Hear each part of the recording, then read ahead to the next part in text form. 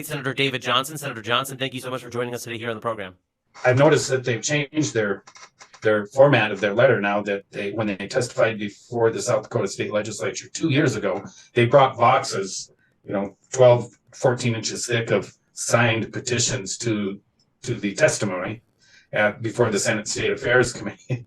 And then I sat there and I proved to them that at least a third of these are hoax, because I've gone through them. I've actually tracked these people down. Most of the petitions, signed petitions that I received, were from out of state. And so that tells me that somebody somewhere who works for a convention of states was sitting down in front of a computer with a list of 1,000 or whatever email addresses and plugged them into the convention of states petition and sent me these emails.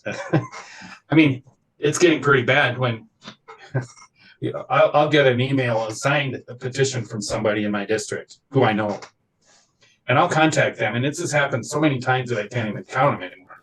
I'll say, so Jeff, I see that you signed the convention of states petition for a constitutional convention, and they're surprised and they're shocked. They don't have a clue what I'm talking about. They didn't sign anything. They didn't go on any website. But sure enough, I got a petition from them, a signed petition from them. And so the petitions are coming to me with fraudulent addresses. As long as there's a street name that's in my district, it'll get sent to me. They're sending out, believe it or not, now you're not going to believe this. I mean, this was something that happened a while back. My wife sent me a petition that said she supported the Convention of States. Now, are you kidding me? You would think that Convention of States would at least take the time to validate some, even for quality assurance, they would take the time to check some of these signatures. I can get. But anyway, when I was leaving the Capitol in March, the end of March, I went and got a big packet of petitions in my mailbox. And a couple weeks into being home, I started going through some of these petitions and some of these letters. And it was interesting. I thought, Convention of State project. Don't tell me they're going to do this again. Oh, yeah, they're going to do it again. So anyhow, Representative Dorothy Moon, there were 141 online Convention of State petitions and 111 hard copies printed for you. So you had 252 petitions that want you to support a Convention of States. I thought, really? Who are these people? So I started flipping through it.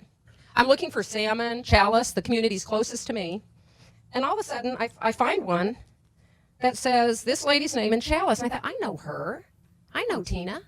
Why would Tina be signing this Convention of States petition? So I called her up. Now, mind you, there's not a signature here. It is a typed name and a typed address. And I thought, I said, Tina, I got the date. I've got it posted. I'm kind of weird like that. I mark when I call people and when I got the response. So I called her and I said, did you sign this? She goes, Dorothy, I'm a JBS member. Why would I sign it? I said, that's exactly what I thought. Fraudulent. Number one. Number two. Here's another one. This is from a precinct committee person in Clayton, Idaho. 35 minutes from my house.